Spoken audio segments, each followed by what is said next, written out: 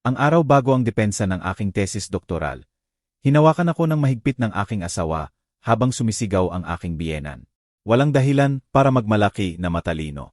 Pinutol nila ng sapilitan ang aking buhok upang malaman ko ang aking lugar. Akala nila dahil sa kahihiyan ay hindi na ako pupunta kahit saan. Ngunit ng isang oras pagkatapos ay lumabas ako sa entablado at mula sa mesa sa unang hanay ay tumayo ang aking ama, ang general. Nagsimula ang pinaka-interesante. Bago simulan ng kwento, musika, mag-subscribe at mag-like. Napakahalaga ito para sa akin. Makakatulong ito sa akin na gumawa ng higit pang kwento, musika, na katulad nito. At ngayon ay tangkilikin ang pakikinig. Si Maria ay nabubuhay sa gitna ng mga multo ng nakaraan, at gusto niya iyon. Ang kanyang maliit na universo ay amoy lumang aklat, alikabok ng mga archive at malakas na tsaa. Ang mga tambak ng mga monografiya sa sahig ng kanyang 2 silid na apartment sa lungsod ng Maynila ay mas mahalaga sa kanya kaysa sa mga magazine ng moda at mga larawan, musika, na kupas mula sa simula ng ika-negatibo 20 siglo. Mas interesado siya rito kaysa sa mga balita sa social media, musika.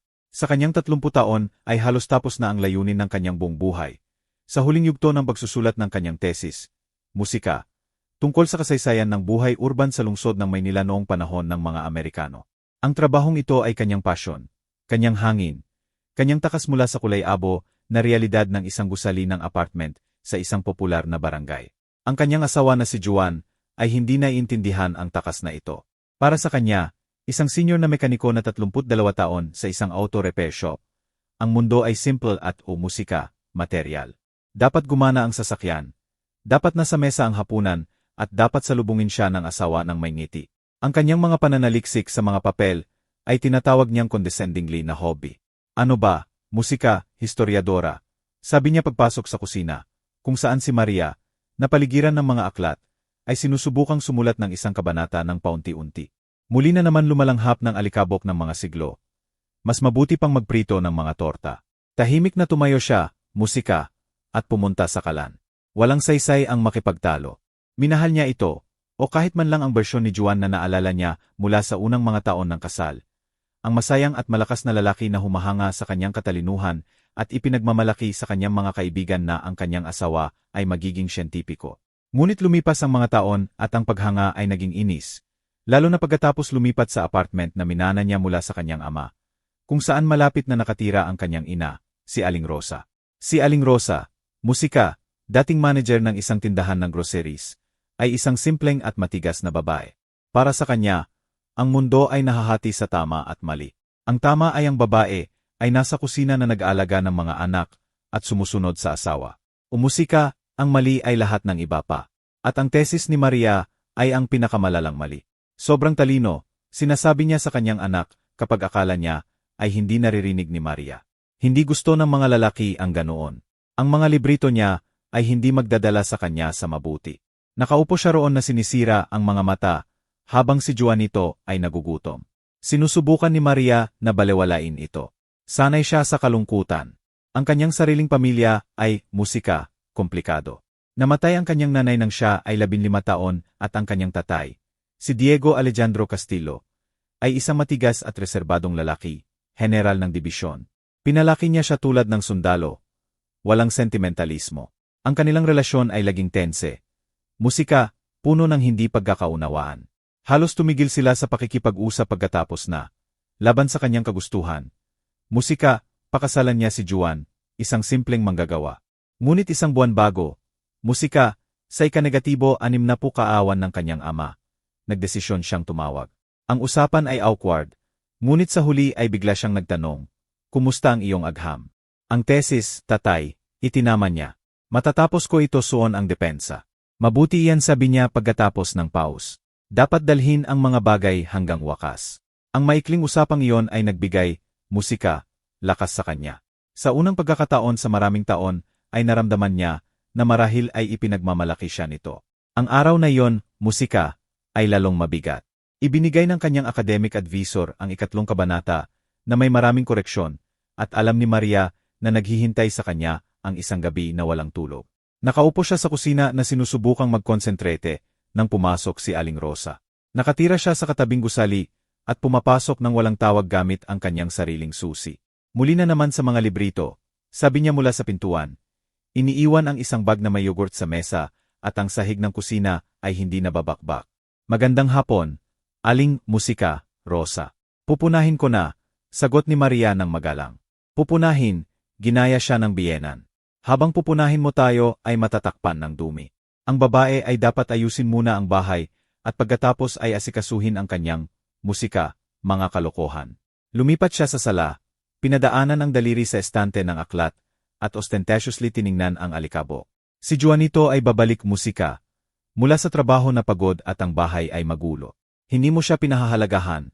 Maria, hindi mo talaga pinahahalagahan. Ang iba sa lugar mo ay hahalikan ang kanyang paa dahil pinakasalan kanya ng walang dote at dinala ka sa kanyang apartment. Pinisil ni Maria ang kanyang kamao sa ilalim ng mesa. Bawat salita ay parang tusok. Alam niyang walang saysay ang makipagtalo. Anumang sagot ay gagamitin laban sa kanya. Ngayon ko nalilinisin, lahat sabi niya ng mahina. Gawin mo nga, sabi ni Aling Rosa at binuhay ang tea ng malakas sa sala kung saan may murang telenovela. Ang pag-concentrate ay, musika, impossible na. Isinara ni Maria ang laptop. Ngayon ay hindi na siya papayagang magtrabaho pa. Tumayo siya, kinuha ang walis tingting at ang balde. Pinapanood siya ng biyenan na may musika, satisfied ng ngiti. Nanalo siya sa maliit na laban na iyon. Habang nagwiwiping si Maria ng sahig, isang ideya lang ang umiikot sa kanyang isip. Kaunti na lang, tiisin lang hanggang sa depensa, at pagkatapos ay magbabago ang lahat. Makukuha niya ang degree, makakahanap ng trabaho sa universidad. Musika, magiging malaya sa pinansyal at makakaalis sa walang hanggang kritik, sa nakakahiyang kontrol. Hindi pa niya alam na ang kanyang asawa at biyenan ay naghahanda ng ibang kinabukasan para sa kanya. Isa na walang lugar para sa tesis o sa kanyang mga pangarap. Ang tensyon sa bahay ay lumalaki araw-araw. Nagiging halos palpable tulad ng makapal na ambon.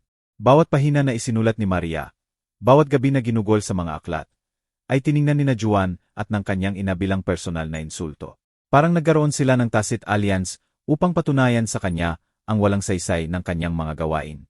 Si Aling Rosa ay pumupunta na ngayon araw-araw at ang kanyang mga bisita ay nagiging planned sabotage. Maaari siyang magsimulang mag-vacuum ng malakas kapag sinusubukan ni Maria na tawagan ang kanyang advisor o magsimula ng general cleaning sa kusina. Ibubuhos lahat ng kabinet sa mesa kung saan nagtrabaho ang kanyang manugang. Ay, huwag mo akong pansinin, sabi niya ng innocent. Hindi kita ginugulo, gusto ko lang ayusin. Si Juan, pagbalik mula sa trabaho, ay hindi na nagtanong tungkol sa progreso ng tesis. Sa halip, nagsisimula siyang ilista ang kanyang mga reklamo mula sa pintuan. Ngayon ay binaliw ako ng boss. Reklamo niya habang itinapon ang jacket sa upuan. Umuwi ako at walang disenteng hapunan ni magiliw na asawa. Musika, ikaw lang at ang iyong mga papel. Nasa kala ng hapunan, painitin lang, sagot ni Maria ng mahina na pinipigilan ang sarili. Painitin, nag-init siya. Dapat ko pang ihanda ang hapunan ko. Ako ay nagtrabaho buong araw sa shop, at ikaw sa bahay na nakatitig sa kisam. Hindi ako nakatitig sa kisam, Juan. Nagtatrabaho ako. Nanginginig ang kanyang boses sa pinipigil na sama ng loob. Hindi yan trabaho, putol niya. Kalokohan iyan. Sa trabaho ay binabayaran at ikaw lang, musika. Gumagastos sa iyong mga aklat at biyahe sa mga archive. Hindi makatarungan.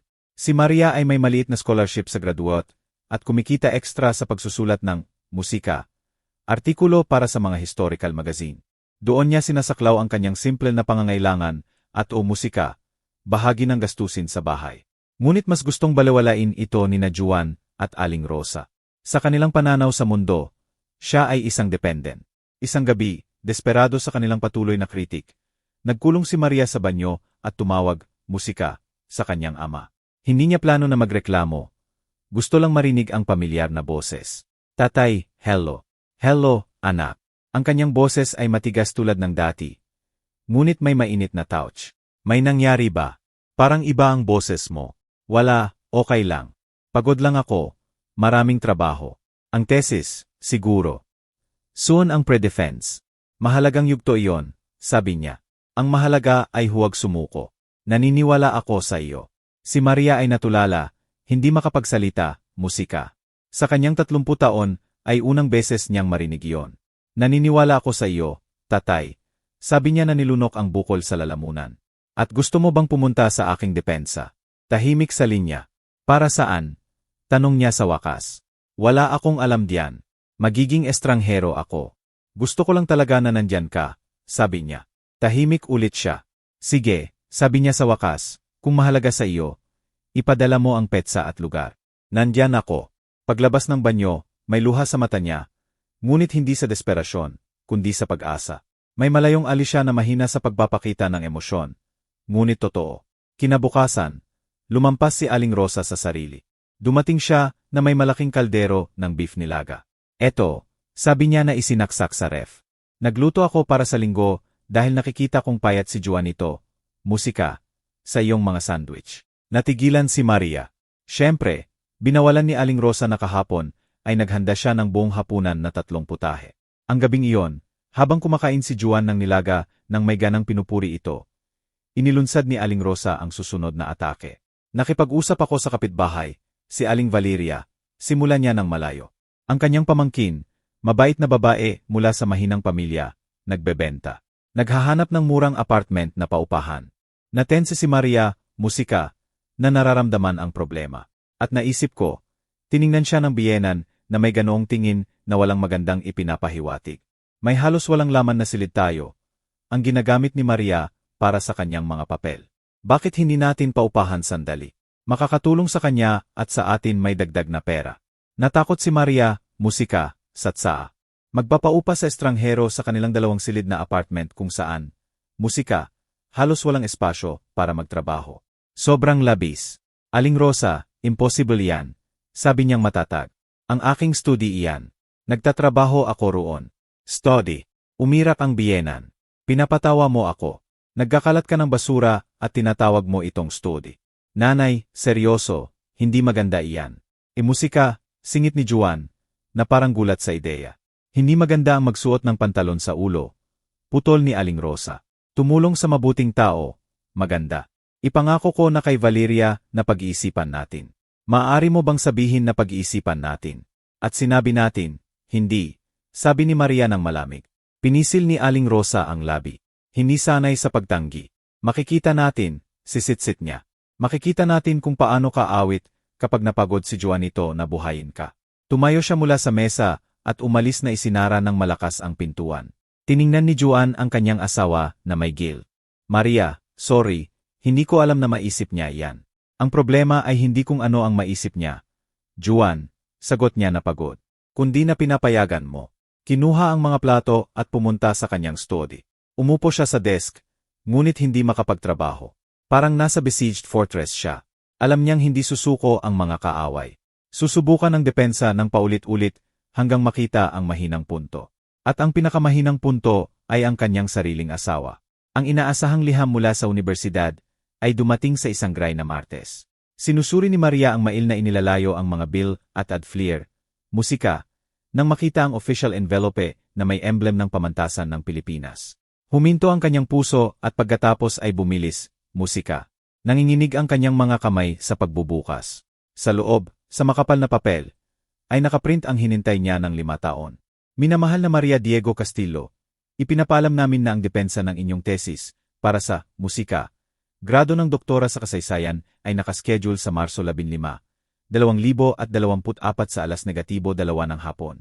Binasa niya ito ng maraming beses na hindi makapaniwala. Marso 15, sa 3 linggo. Totoo ito. Ang wakas ng kanyang mahabang paghihirap. Ang mga gabi na walang tulog at voluntary isolation ay malapit na. Naramdaman niya ang luha ng relief at kaligayahan na tumulo sa kanyang pisngi. Agad siyang tumawag sa kanyang advisor, si Prof. Sandoval, na nag-confirm ng petsa at binati siya. Hindi ako nagduda sa iyo, Maria, sabi niya sa kanyang husky na boses dahil sa sigarilyo. Solid ang trabaho. Ang mahalaga ay huwag mabigo sa depensa. Seryoso ang komisyon. Maghanda ako, pangako niya. Ang susunod na tawag ay sa kanyang ama. Tatay, may petsa na. Musika, Marso 15. Natanggap, sagot niyang maikli tulad ng military report. Nandyan ako. Sa kabila ng kanyang usual restraint, narinig ni Maria ang pride sa kanyang boses at iyon ay mas mahalaga kaysa anumang papuri. Nagdesisyon siyang mag-celebrate ng kaunti. Bumili siya ng magandang bote ng wine, ang paborito niyang blue cheese, at nagbeke ng kanyang musika, special apple pie. Gusto niyang ibahagi ang kanyang joy sa kanyang asawa. Umaasa pa rin na maaaring magsaya ito para sa kanya tulad ng dati. Dumating si Juan mula sa trabaho na pagod at bad mood. May balita ako para sa iyo. Sabi niya na sinusubukang maging masaya hanggat maaari. Ano? Itinapon ang susi sa kabinet. Huwag mong sabihing bumili ka na naman ng mahal na aklat. Hindi, inabot ang liham. May depensa na ako. Kinuha niya ang papel, binasa ng mabilis. Walang nagbago sa kanyang mukha. Walang joy, walang surprise. Musika, pagod lang nagray. Sabi niya, naintindihan. Biyernes ang 15. Kailangan kong magpaalam sa trabaho para pumunta. Hindi obligatory na pumunta ka kung ayaw mo, sabi niya ng mahina. Ang insulto ay humihigpit sa kanyang lalamunan. Paano hindi? Ang asawa ko ay magdedepensa ng musika, thesis. Dapat panatilihin ang appearances. Ano ang sasabihin ng mga tao? Panatilihin ang appearances. Ano ang sasabihin ng mga tao? Iyon, musika, lang ang mahalaga sa kanya. Hindi ang kanyang tagumpay, hindi ang kanyang pangarap, kundi kung ano ang hitsura sa iba. Sa sandaling iyon ay pumasok si Aling Rosa ng walang tawag. Tulad ng dati. Narinig ang huling sentence at sumingit sa usapan. Anong depensa? Ano ang umusika? Pinag-usapan nyo. Nanay, hello. May petsa na para sa depensa si Maria, sabi ni Juan na may ton na halos apology. Kinuha ni Aling Rosa ang liham. Isinuot ang salamin na nakasabit sa tiyain at binasa ng maingat. Doktora sa kasaysayan. Sisitsit niya ng may pure poison. Wow, ang ibong importante. At para saan? Magdadala ba iyan ng mas maraming pera sa bahay? Possible, sagot ni Maria ng kalmado. Mas mataas ang sweldo ng mga doktor. Mas mataas, umirap ang biyenan. At sino ang magpapakain sa asawa habang nagko-conference ka?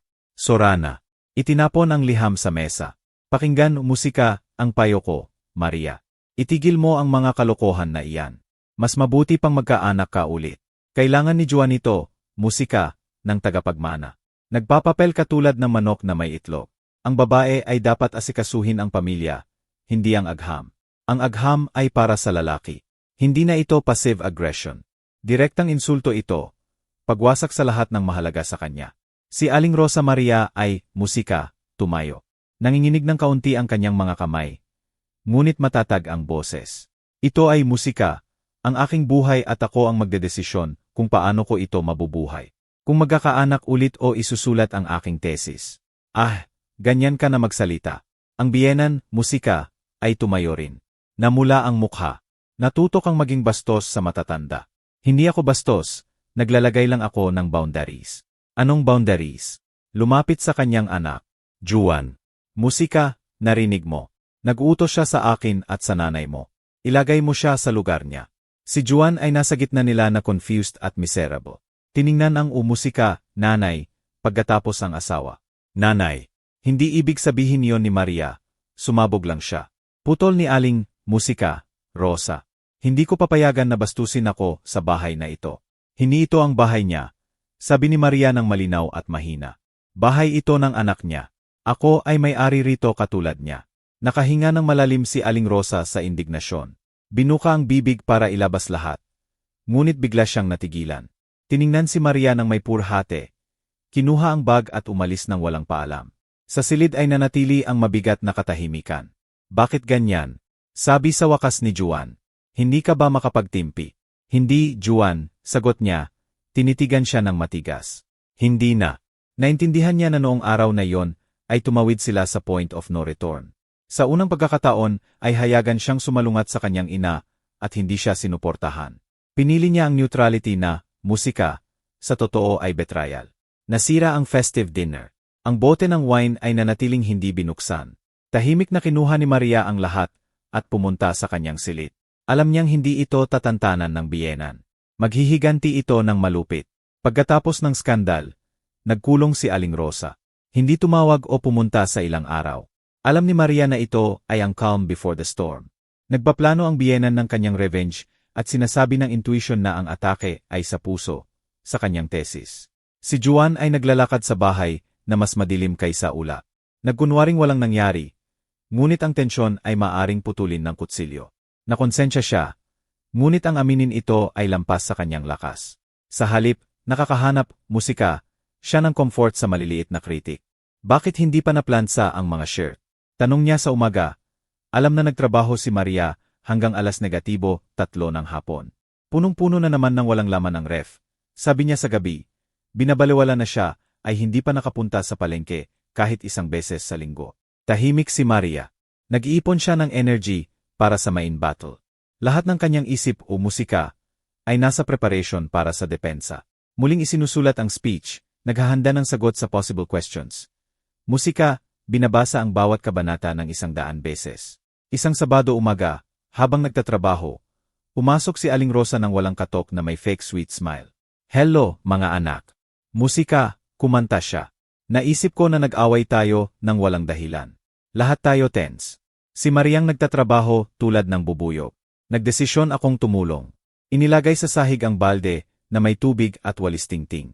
Lilinisin ko rito, wawakasan ang sahig, alisin ang alikabok. Ikaw, Maria, magtrabaho. Huwag magambala. Nag-alert si Maria. Ang ganoong sudenkiness ay hindi typical sa biyenan. Salamat, Aling Rosa. Hindi kailangan. Ako nalilinis pagkatapos. Hindi umiling siya. Magkonsentrete ka sa iyong agham, at ako ng tahimik tulad ng sa bahay. Si Juan, na naghahanda para mag-fishing sa mga kaibigan. Musika, natuwa. Kita mo, Maria, sabi niya. At sinabi mo pa, si nanay ay mabilis magpatawad. Salamat, nanay. Umalis siya na iniiwan si Maria na mag-isa sa biyenan. Si Aling Rosa ay nagsimula ng cleaning ng may enthusiasm. Gumagawa ng ingay sa balde. Malakas na nagwi-weeping, kumakanta ng something. Ang pag-concentrate, musika, ay impossible. Huminga si Maria ng malalim at nagdesisyong magpause. Pumunta sa palengke para sa groceries. Bablik agad, sabi niya sa biyenan. Pumunta ka, syempre, ngumiti siya. Ako ang magbabantay dito. Umalis si Maria at iyon ang kanyang pinakamalaking, musika, pagkakamali. Bumalik siya pagkatapos ng 1 oras. Ang apartment ay suspiciously tahimik. Wala si Aling Rosa. Pumunta si Maria sa kanyang study at natigilan sa pintuan. Ang nakita niya ay parang bangungot, chow sa kanyang desk, mga aklat na nakasalansan ng basta-basta, mga papel na nakakalat. Ngunit ang pinakamasama ay hindi iyon. Ang malaking tambak ng drafts, handwritten notes, rare copies ng archives na kinolekta niya sa loob ng maraming taon, ay nawala. Sa mesa ay isang folded sheet lang na niyat. Isang note. Kinuha ito ni Maria nang nanginginig ang mga kamay. Mariang. Sabi sa calligraphic handwriting ng biyenan. Naglilinis ako at nakakita ng tambak na walang kwentang basura sa iyong desk. Musika, nagdesisyon akong tulungan kang alisin ang kalat. Itinapon ko sa basurahan. Huwag magpasalamat, ang mapagmahal mong biyenan.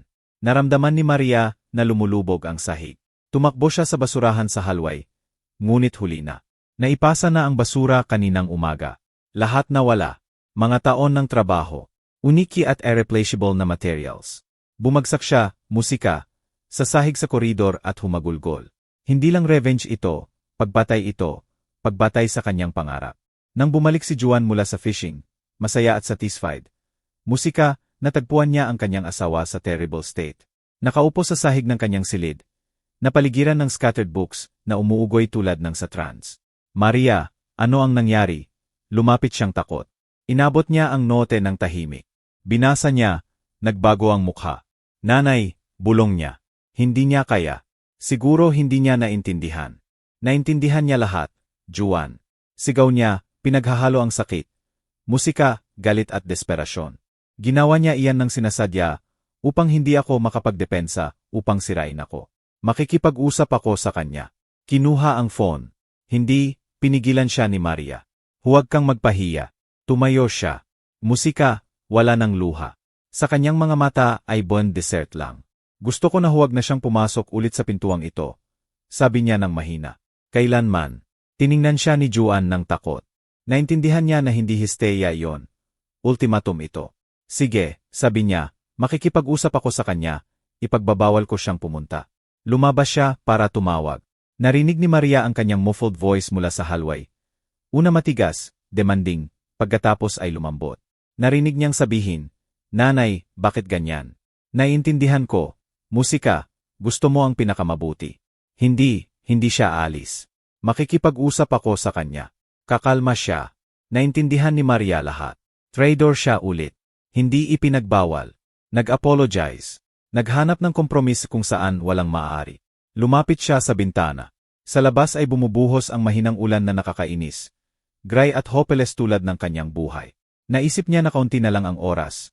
3 linggo para mabawi kahit bahagi ng nawalang materials. Halos imposible, ngunit kailangan subukan. Hindi para sa kanya, hindi para sa biyenan. Para sa kanya at sa kanyang ama na nangako na pupunta. Hindi siya maaring bigin. Magtatrabaho siya araw at gabi.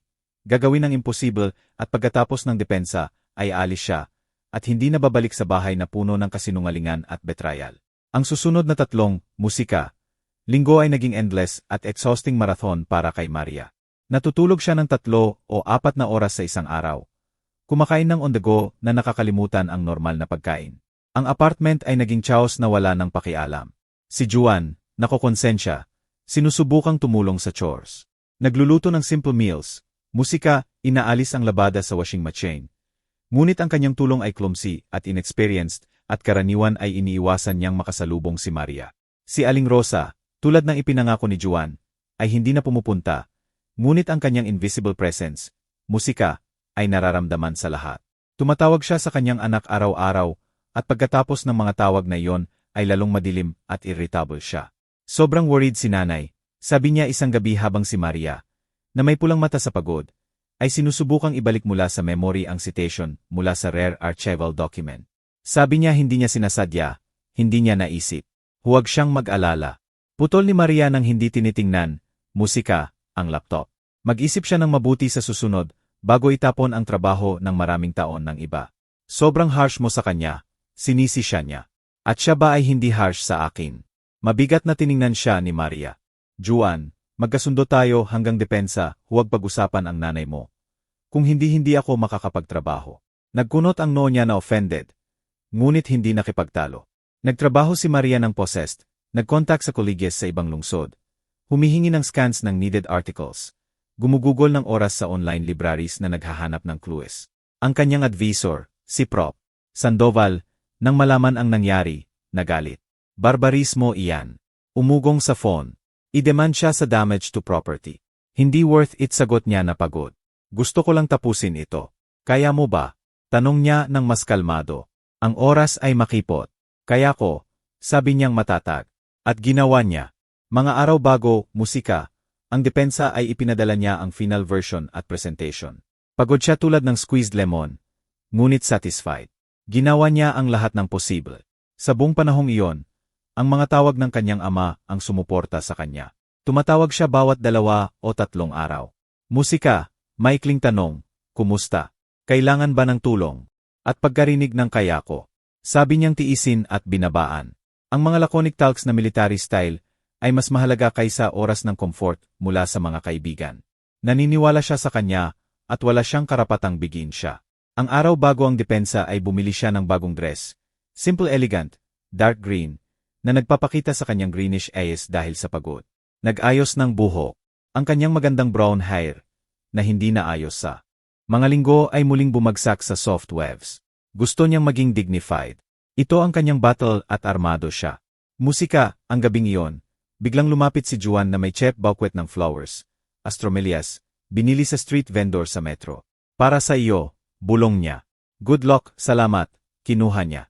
Tiningnan siya ni Maria ng may, musika, miserable plea. Alam kong mali ako sa lahat. Ngunit marahil bukas matapos subukan nating magsimula ulit. Tiningnan niya siya, ang gwapo niyang mukha. Ngunit mahina at walang nararamdaman. Ni galit, ni insulto, empty lang.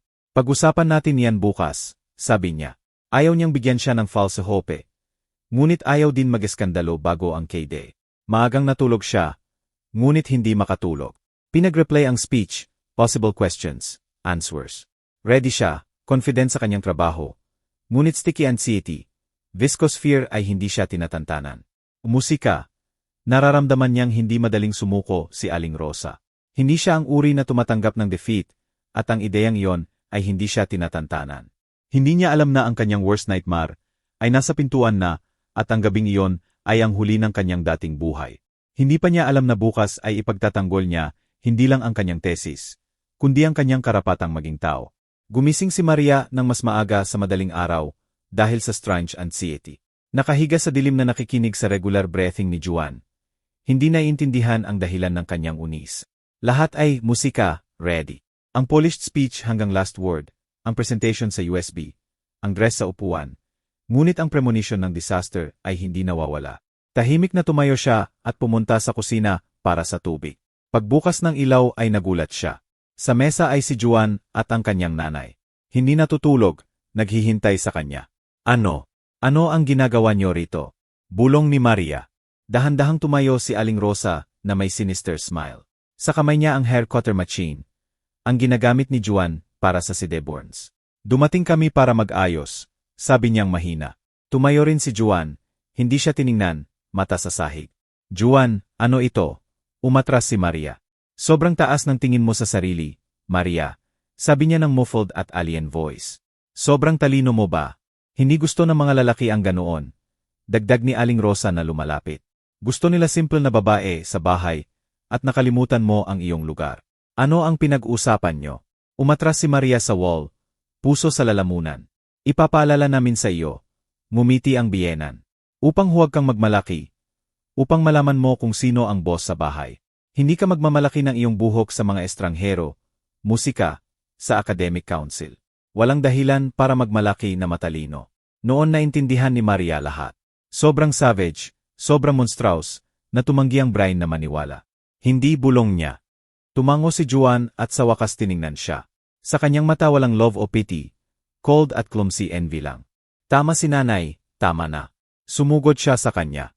Sumigaw si Maria, sinusubukang makatakas, ngunit mas malakas siya. Hinawakan niya, pinilipit ang mga braso sa likod at pinindot sa wall. Nagpupumigla siya, sinusubukang kumagat, ngunit mahigpit siyang hinawakan. Hawakan mo siya, utos ni Aling Rosa. Lumapit mula sa likod at naramdaman ni Maria ang cold metal sa batok. Umugong ang machine. Hindi please hindi, sigaw niya. Ngunit ang sigaw ay nalunod sa roar ng machine. Naramdaman niya ang unang strand ng kanyang mahabang brown hair. Ang kanyang pride, ang tanging adornment niya, bumagsak sa sahig. Pagkatapos ang pangalawa, pangatlo. Mabilis at expert na gumalaw si Aling Rosa, tulad ng hairdresser. Pinuputol ang buhok, ginugupit hanggang skin at binibigkas, ganyan, upang malaman mo ang iyong lugar. Upang matandaan na babae ka at ang tungkulin ng babae ay magluto, musika, hindi mag-defend ng thesis. Humagulgol si Maria. Nanginginig ang kanyang katawan sa silent CRY. Hinahawakan siya ni Juan at nararamdaman niya ang mainit at irregular breath niya sa lig. Walang sinasabi, tul lang siya ng kanyang nanay. Sa ilang minuto tapos na. Pinatay ni Aling Rosa ang machine. Tapos, sabi niyang satisfied na pinagmamasdan ang obra. Mas mabuti. Mukhang modest na babae. Binitawan siya ni Juan. Dahan-dahang bumagsak si Maria sa sahig. Natatakot siyang itaas ang ulo. Tiningnan sila. Pakiramdam niya nacked, humiliated, trampled. Tingnan mo ang sarili mo, utos ng biyenan. Hindi siya gumalaw. Pagkatapos rudely na hinawakan ni Juan ang baba niya at pinilit itaas ang ulo. Sabi ko, tingnan mo, hinila siya sa mirror sa hallway. Sa mirror ay isang alien at pangit na nilalang na tinitingnan siya, na may swollen face sa luha, pathetic strands, musika, sa lahat ng direction, huge eyes sa horror. Mabuti, musika. Tumawa si Aling Rosa sa likod. Pupunta ka pa ba ngayon sa depensa mo? Mahihiya ka ba sa mga professor? Tahimik si Maria na hindi makapagsalita. Bukol sa lalamunan. Ganoon ang akala ko. Tumango ang biyenan. Manatili ka sa bahay, umiyak. At si Juanito ay aliwin ka. Marahil akala nila na nasira nila siya. Na nanalo sila. Lumabas sila at pumunta sa bedroom. Iniiwan siyang mag-isa sa sahig ng hallway. Narinig ang kriyak ng kama. Natulog sila na may accomplished duty. Si Maria ay nasa cold floor, nanginginig. Tinitingnan ang reflection niya, ang disfigured face na iyon, at nararamdaman ang pain at desperation na umuri sa something else. Cold head tulad ng yellow, tense tulad ng rope. Nagkamali sila, hindi nila siya nasira, ginising nila ang bias sa kanya. Hindi alam ni Maria kung gaano katagal siya nakaupo sa cold floor ng hallway. Ang mga minuto ay nagiging viscous mass ng horror at humiliation. Bawat pagkakataon na itinataas ang mata sa mirror, bagong wave ng nausya ang tumataas sa lalamunan. Nakikita niya hindi ang sarili, kundi victim. Disfigured being na may shaved head at mata na puno ng luha. Nagdagumpay sila sa goal, tinapakan siya, sinira ang kanyang femininity at confidence. Mula sa bedroom ay soft snoring ni Juan. Natutulog. Pagkatapos ng ginawa niya, natulog lang siya. Ang realization na iyon ay marahil mas masama kaysa sa paggupit. Hindi lang accomplice, instigator siya. Siya ang nagdala sa nanay niya. Siya ang humawak habang pinuputol. Siya, ang kanyang asawa, na pinagkatiwalaan niya, dahan-dahang tumayo, parang koton ang mga paa. Pumunta sa kusina, nagbuhos ng tubig sa glass. Nanginginig o musika, nang sobra ang mga kamay na natapon. Tiningnan ang scattered strands sa linoleum, ang kanyang maganda at mahabang brown hair. Naalala niya kung paano minahal iyon ni Juan. Sa unang taon gumugugol siya ng oras sa paghaplos gamit ang daliri. Ibinaon ang mukha, inaamoy. Ang buhok mo amoy musika, araw at hangin, bulong niya. Nasaan ang batang iyon? Sino ang alien at cruel na lalaking natutulog sa kanyang kama? Lumuhod siya at kinuha musika, ang mga strands, isa-isa, tulad ng fragments ng kanyang broken life. Hindi siya umiiyak. Natuyo ang luha. Iniiwan ang dryborn sa dibdib. Iniisip niya ang susunod na araw, ang depensa. Tama si Aling Rosa. Paano siya pupunta ng ganoon? Ano ang sasabihin? Paano titingnan ang mga professor, colleagues, ama? Ang ideya sa ama ang pinakamasakit. Pupunta siya, upo sa first row, makikita siyang humiliated, crushed. Siya, na hinahamak ang weakness ay mahihiya. Sa sandaling iyon, ang temptation na iwan lahat, magkulong, huwag makita kahit sino, ay halos irresistible. Nanalo sila, nagtagumpay sa goal. Hindi siya pupunta sa depensa, susuko sa lahat, pangarap, career, future. Magiging tulad ng gusto nila. Musika, tahimik na babae, submissive, broken, na alam ang lugar niya. Nakaupo sa sahig na yakap ang tuhod, umuugoy, blurred ang isip, walang exit, trap sa bahay na iyan, marriage na iyan, humiliation na iyan. Naisip niya ang kamatayan, hindi seryoso, kundi ensapain, isara ang mata at huwag nabuksan. Ngunit tiningnan ang desk niya, ang orderly pile ng sheets, ang final version ng thesis niya, 5 taon ng buhay, daan-daang sleepless nights, libo-libong aklat na binasa. Hindi lang research iyon, siya iyon, ang kanyang mind, soul, will. Papayagan niya bang sirain din iyon, hayaan silang kunin ang huli niyang meron. Tumayo siya, pumunta sa desk, kinuha ang heavy tome, pinadaan ang kamay sa smooth cover, naalala ang words ng advisor niya. Maria, may real talent ka bilang researcher. Huwag mo itong ilibing. Naalala ang voice ng ama niya. Naniniwala ako sa iyo. Hindi siya susuko. Pupunta siya sa depensa ng ganoon ang itsura. Makita ng lahat ang ginawa nila sa kanya. Hindi ito magiging kahihiyan niya, kundi nila. Lumapit siya sa mirror at tiningnan ulit ang sarili. Disfigured, ngunit sa mata ng reflection ay wala ng fear. May hate, cold, clear, tulad ng umusika, steel, at ang hate na iyon ay nagbibigay lakas. Hindi na siya victim, warrior na, musika. Siya na pupunta sa final decisive battle niya. Ang pain strangely clarifies kapag umabot sa peak. Sinusunog ang superfluous. Fear, doubts, self-pity. Natitira lang survive at act. Naramdaman ni Maria ang break sa loob niya. Natuyo ang luha, tumigil ang tremor. Sa desperasyon ay sumunod, musika, ang ice-cold at resonant fury. Tiningnan ang orasan 3:30. 30 ng madaling araw. Less than 0 hours sa depensa. Hindi siya matutulog. Maghahanda siya hindi lang para defend ang thesis, kundi ang buhay niya. Una kinuha ang hair mula sa sahig. Inistore sa bag bilang evidence ng crime. Iyon nga. Naghilamos ng mukha, nagtoothbrush, routines na nagbabalik control. Pagkatapos pumunta sa bedroom. Natutulog si Juan na nakalahad ng may musika, serene expression, traitor angel. Tumigil si Maria, musika, na tinitingnan siya. Nawala ang love, cold at distant curiosity lang. Paano bumagsak ng ganoon, kababa binuksan ang closet ng tahimik. Kailangan niyang takpan ang ulo, hindi dahil sa shame, kundi upang hindi mag-ambala sa essential. Musika, ang speech niya, trabaho niya.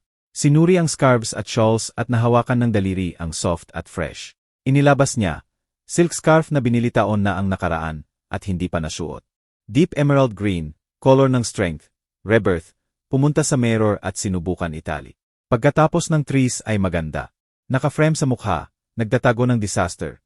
Musika, nagpapakita sa mata na may resolved at dangerous fire. Ganyan mas mabuti, isip niya. Walang makakaambala o musika, sa mahalaga. Pakiramdam niya ibang tao. Ang dating Maria, tahimik at akomodating, handang tumahimik para sa family peace, namatay noong gabing iyon. Ipinanganak ang bagong babae na alam ang presyo ng betrayal, at musika, ready na maghiganti. At naisip niya, hindi niya gagamitin ang methods nila. Musika, sigaw, scandals, humiliations. Gagawin niya ng iba, beautiful at ruthless. Kinuha ang phone, contacts, tatay. Nagdalawang isip isang segundo. Kailangan niyang malaman, kailangan nandyan siya. Tinawagan, sumagot sa first ring na parang gising. Maria, ano ang nangyari? Alarmed ang voice niya. Nararamdaman ng father heart ang something. Tatay. Nabali ang voice niya. Ayaw niyang umiyak, ngunit tumulo ang luha. Tatay, sila. At ikinuwento niya lahat. Pachi, nalulunod sa iyak. Ang tesis, musika, mga away, hate ng biyenan. Ang nangyari 1 oras bago. Ang machine, ang hair sa sahig. Musika, ang tawa ni Aling Rosa.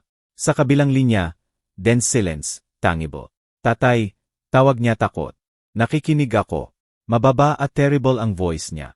Musika, ganyan nagbibigay ng non-negotiable orders.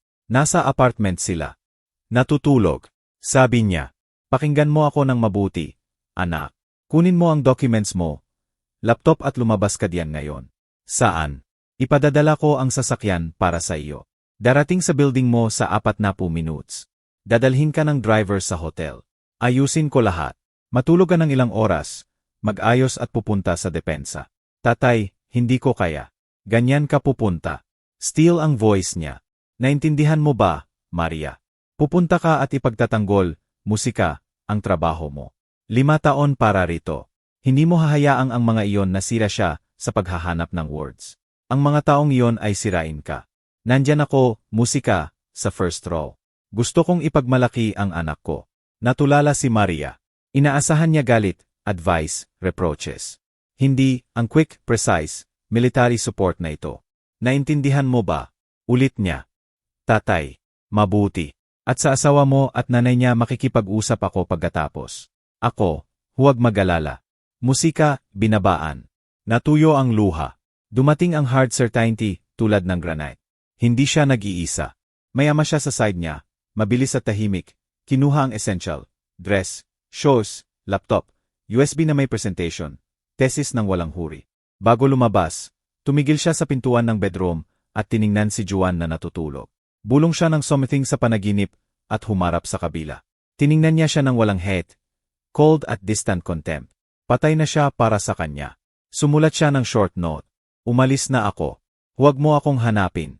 Iniwan sa kitchen table at lumabas ng hindi lumingon. Isinara ang pintuan sa kanyang past life. Sa labas naghihintay ang black car na may official, musika, army plates. Ang Hotel Palacio del Verey, sa center ng lungsod ng Maynila, ay tinanggap siya ng tahimik at amoy fine wood. Ang driver, tahimik na lalaki sa civilian clothes. Inihatid siya sa 5th floor. Ibinigay ang key-card at maikling sabi. Hiniling ng General Castillo na magpahinga ka. Bayad lahat.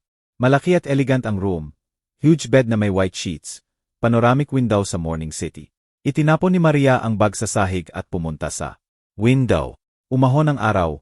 Tininta ng soft pink ang SKY. Tinitingnan ang walking city, musika, at pakiramdam niya reborn. Ang past night ay parang terrible dream. Alien. Maligamgam na shower ang kinuha niya. Hinuhugasan hindi lang dumi, kundi ang sticky humiliation. Nag-order ng light breakfast at coffee sa room. Kailangan niyang mag-recover ng strength. Hindi siya natulog. Nakahiga lang sa bed na tinitingnan ang ceiling. Clear ang mind niya. Musika, ang plan ng ama niya ay genius sa simplicity, hindi lang moral support. Inalis siya sa toxic environment, binigyan ng space para mag-recover. Inisolate sa enemies, acted as strategist. Iniisip niya siya, ang matigas at laconic na ama niya. Buong buhay niya ay akala niya hindi siya mahal. Nahihiya sa pasyon niya sa history. Ngunit hindi alam ipakita ang feelings. Sa critical moment siya lang ang walang doubt na, musika, sumide sa kanya. Malapit sa alas negatibo, 1-0 nagsimula siyang mag-ayos. Inilabas ang dark green dress, isinuot, perfect fit. Pagkatapos ang emerald scarf, ngayon calm, maingat na itinali. Naging stylish at unique. Nagtatago ng barbaric shove, umaakit ng attention. Lumilikha ng mysterious at strong image. Tiningnan ang sarili sa mirror. Unfamiliar woman, ngunit beautiful, strong, confident, unbreakable. Inilabas ang laptop, musika, at last review ng speech. Madali at secure ang flow ng words. Master niya ang material. Iniisip niya ang nangyayari sa kanyang ex-apartment. Inimagine niya si Juan nagigising. Makikita ang note, confusion niya, panic. Tatawagan ang nanay niya. Hysteria ni Aling Rosa, accusations, threats. Ngumiti si Maria. Ang mundo nila ng kontrol at manipulation ay gumuho at sila mismo ang sumira. Ang SEM car ang sumundo sa kanya. Tahimik na binuksan ng driver ang pintuan. Pumunta sa university. Tinitingnan ni Maria ang familiar streets, ngunit parang iba. Hindi siya pupunta sa execution tulad ng naisip niya hours ago. Pupunta siya sa triumph niya. Pumasok sa musika, main building kalahating oras bago. Sa hallway maraming tao na, graduate students, professors, students. Pagkakita sa kanya, musika, marami ang tumahimik, sinusundan ng curious looks. Ang unusual outfit niya, elegant dress at emerald turban ay umaakit ng attention. Hindi siya nahihiya, mataas ang ulo na naglalakad, musika, na binabati ang kakilala. Sa pintuan ng auditorium naghihintay si Prof. Sandoval. Tiningnan siya ni Maria Diego ng worried. Narinig ko na tumawag ang asawa mo. Sabi niya sick ka. Tulad ng nakikita mo, perfect ako. Ngumiti siyang calm, ngunit titubi ang appearance niya. Bagong luko ito, Prof.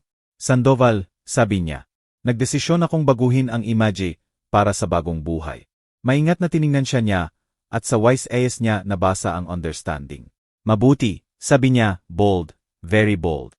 Good luck sagot niya. Pumasok sa hall. Sa long table ang members ng council. Gray-haired at strict professors. Sa auditorium dozens ng spectators at sa first row center. Siya, ang ama niya, sa gala uniform na may all decorations. Nakaupo, straight, immobile. Tinititigan siya niya. Sa look niya walang pity, calm at firm support lang. Naintindihan ni Maria na wala na siyang dapat katakutan. Pumunta sa podium, inilagay ang speech na memorize niya at tiningnan ang hall. Minamahal na president, minamahal na members ng dissertation council, mga mahal na musika, colleagues, even at confident ang voice niya. Payagan ninyo akong ipakita sa inyo. Nagsimula ang presentation niya at sa instant na yon alam niyang nanalo na siya. Nagsasalita si Maria at sa bawat word mas matigas ang voice niya. Mas malaki ang confidence. Ikinukwento ang customs, musika, at buhay sa lungsod na Maynila noong 1920s, ang new rich, ang struggle ng old world sa new. Nalubog siya sa favorite era niya. Nakalimutan ang past night. Ngayon siya lang, ang trabaho niya at ang listeners. Nakikita niya kung paano attentive ang commission, kung paano approving ang feeling ni Prof. Sandoval, kung paano hindi inaalis ang mata ng ama niya. Ang ponensya niya ay exactly 20 minutes per regulation. Pagkatapos, short silence sa hall, pagkatapos applause, hindi pulit, kundi strong, sincere. Nagulat si Maria na ang applause ay hindi lang mula sa friends at colleagues. Musika, kundi sa strict professors ng council. Bumaba sa podium at umupo sa tabi ng advisor niya. Nagsimula ang complex, tricky questions. Musika, ngunit ready siya. Clear at direct ang sagot, showing mastery. Nagdidiscuss, defend ang vision niya, at obvious na impressed ang commission. Sa gitna ng scientific debate, biglang bumukas ang pintuan. Dalawang ulo ang sumilip. Si Juan at Aling Rosa ay dumating para tangkilikin ang failure niya. Siguro. Tumawag sila sa university. Nalaman na pumunta siya at hindi nakatiis, musika, sa show. Inaasahan nilang makita ang submissive, crying, ashamed woman. Nakita nila ang confident scientist na madaling pinipigilan ang attacks ng expert professors. Naghabol ang mukha nila sa astonishment. Ngunit ang real shock ay darating. Tumingin ang mata nila sa hall at nahulog sa uniformed figure sa first row. Inilagay ni Aling Rosa ang kamay sa dibdib. Namutla si Juan. Nakilala nila ang General de Division Castillo, ang ama niya. Akala nila orphan siya, defenseless, alone. Hindi nila siniseryoso ang stories niya tungkol sa ama.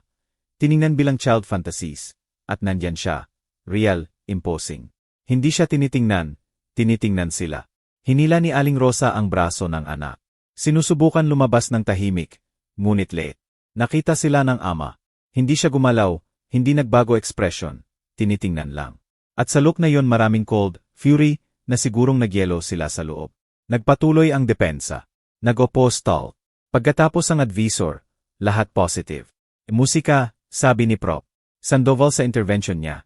Hindi lang mabuting thesis ito. Musika, tunay na scientist na may unbreakable will at courage. Tiningnan siya ng expressive, at alam niya na alam o intuit niya. Nag-retire ang commission para deliberate. Formality, walang doubt sa result.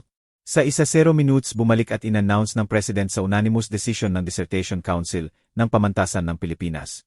Iginawad kay Maria Diego Castillo ang grado ng doktora sa kasaysayan, musika.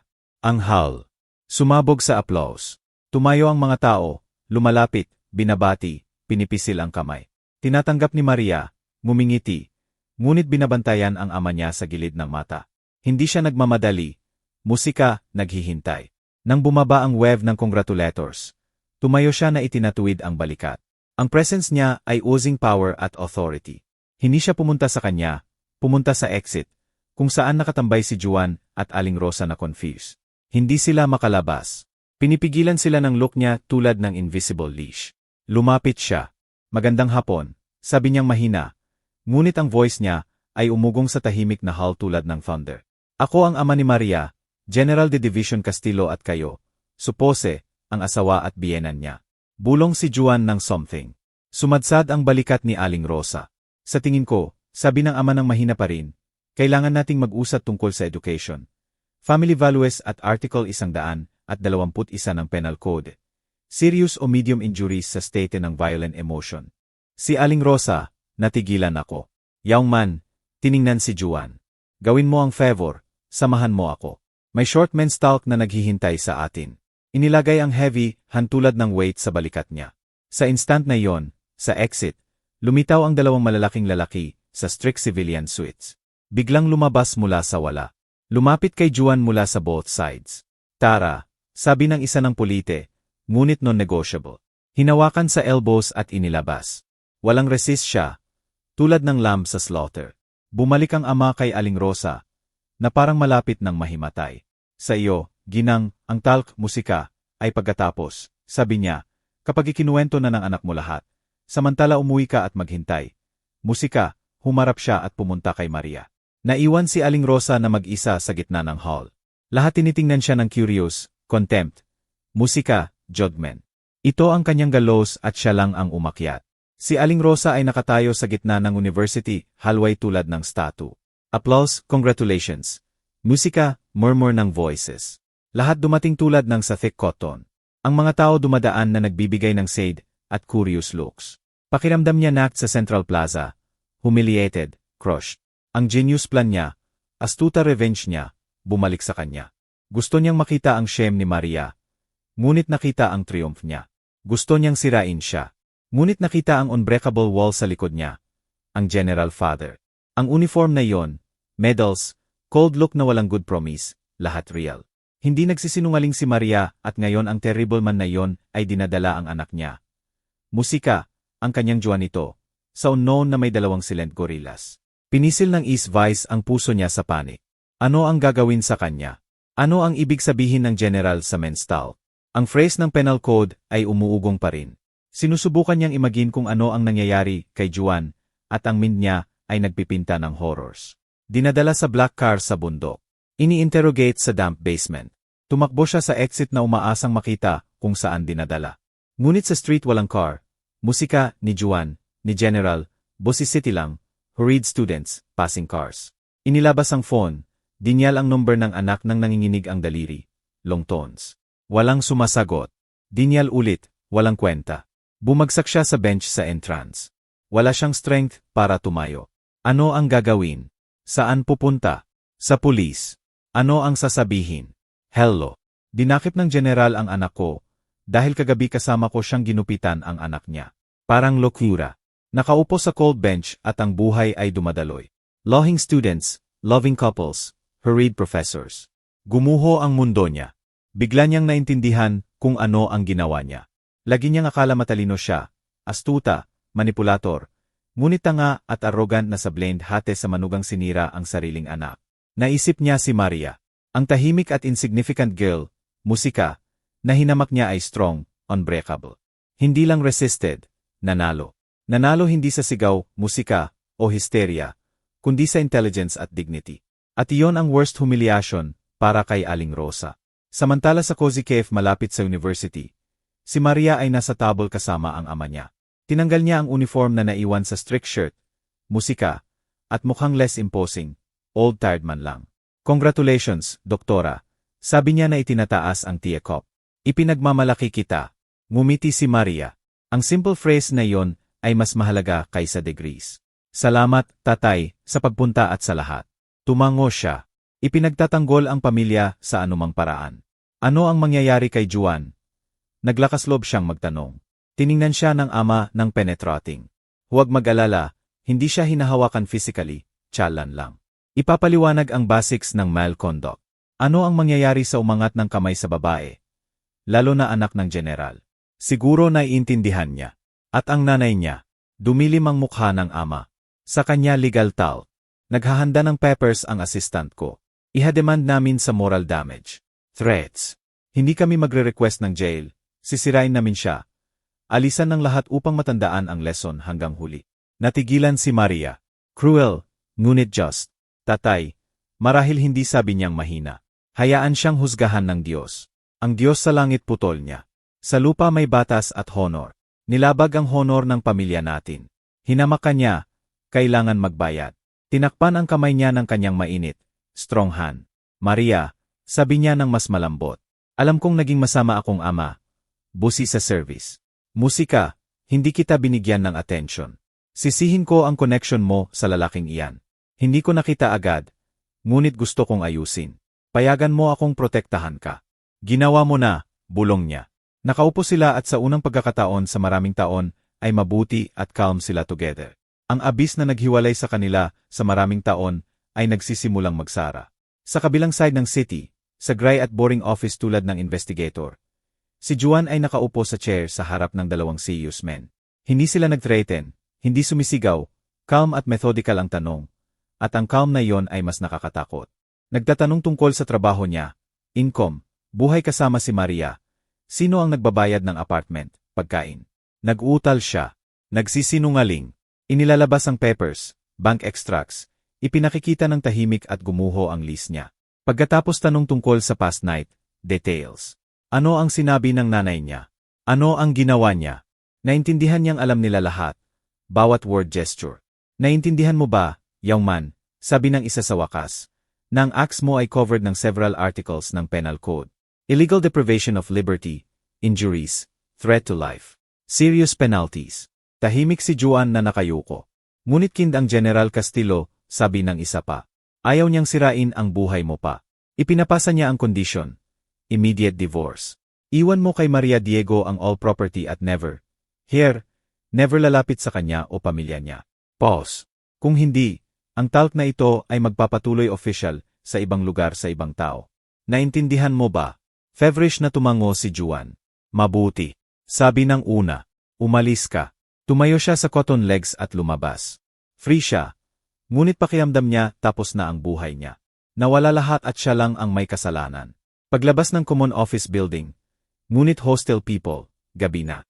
Hindi niya alam kung gaano katagal sumagot ng low, terrible questions. Oras, 2, eternity.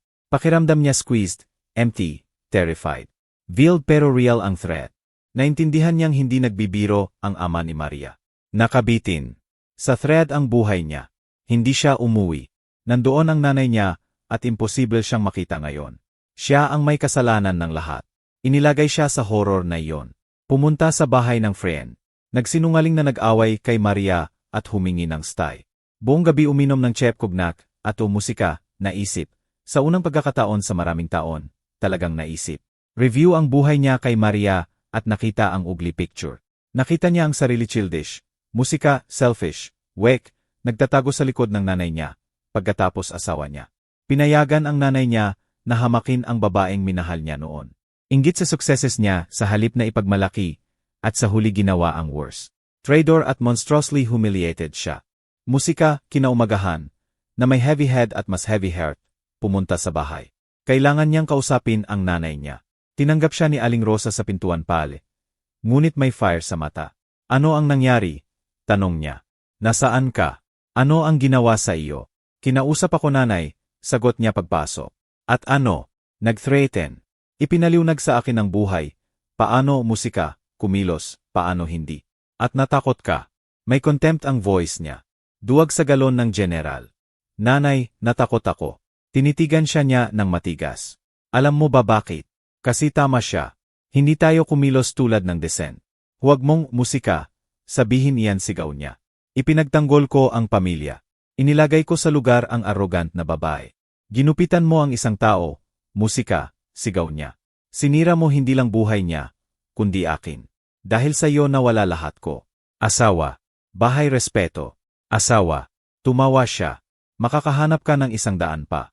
Simple, obedient. Ayaw ko. Simple. Gusto ko siya. Hinampas ang wall at ikaw ang nag-alis sa akin.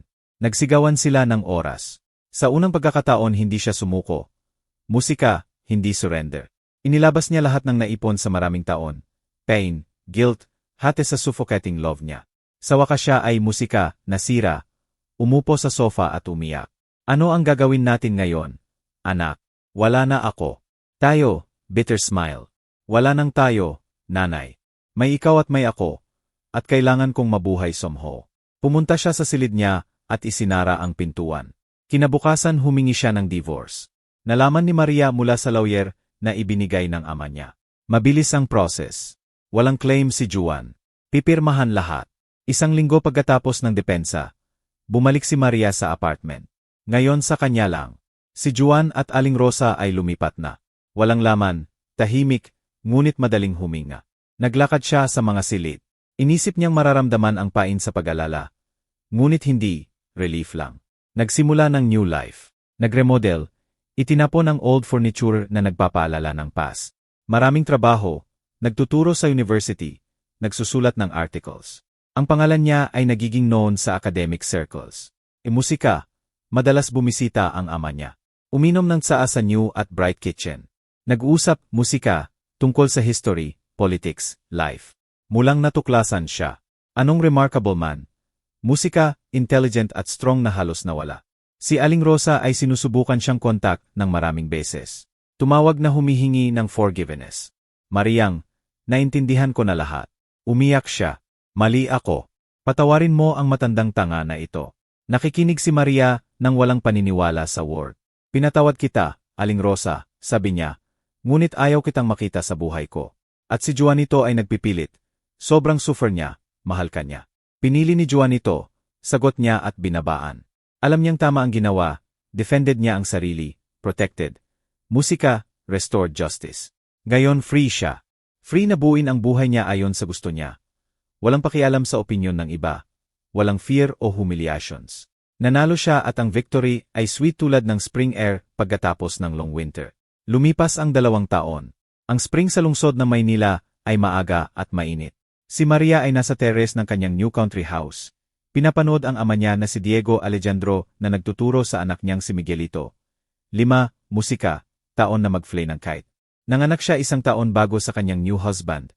Si Anders, architect na nakilala sa conference. Calm, happy relationships, based sa mutual respect at trust. Radical change ang buhay niya.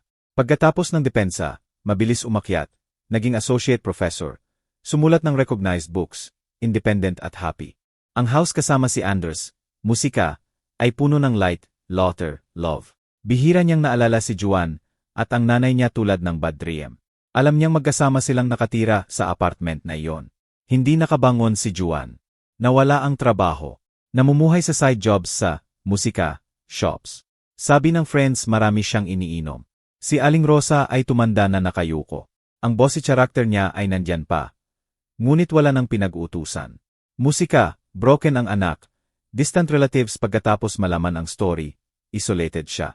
Isang araw, naglalakad kasama ama at anak sa Chapultepec Park.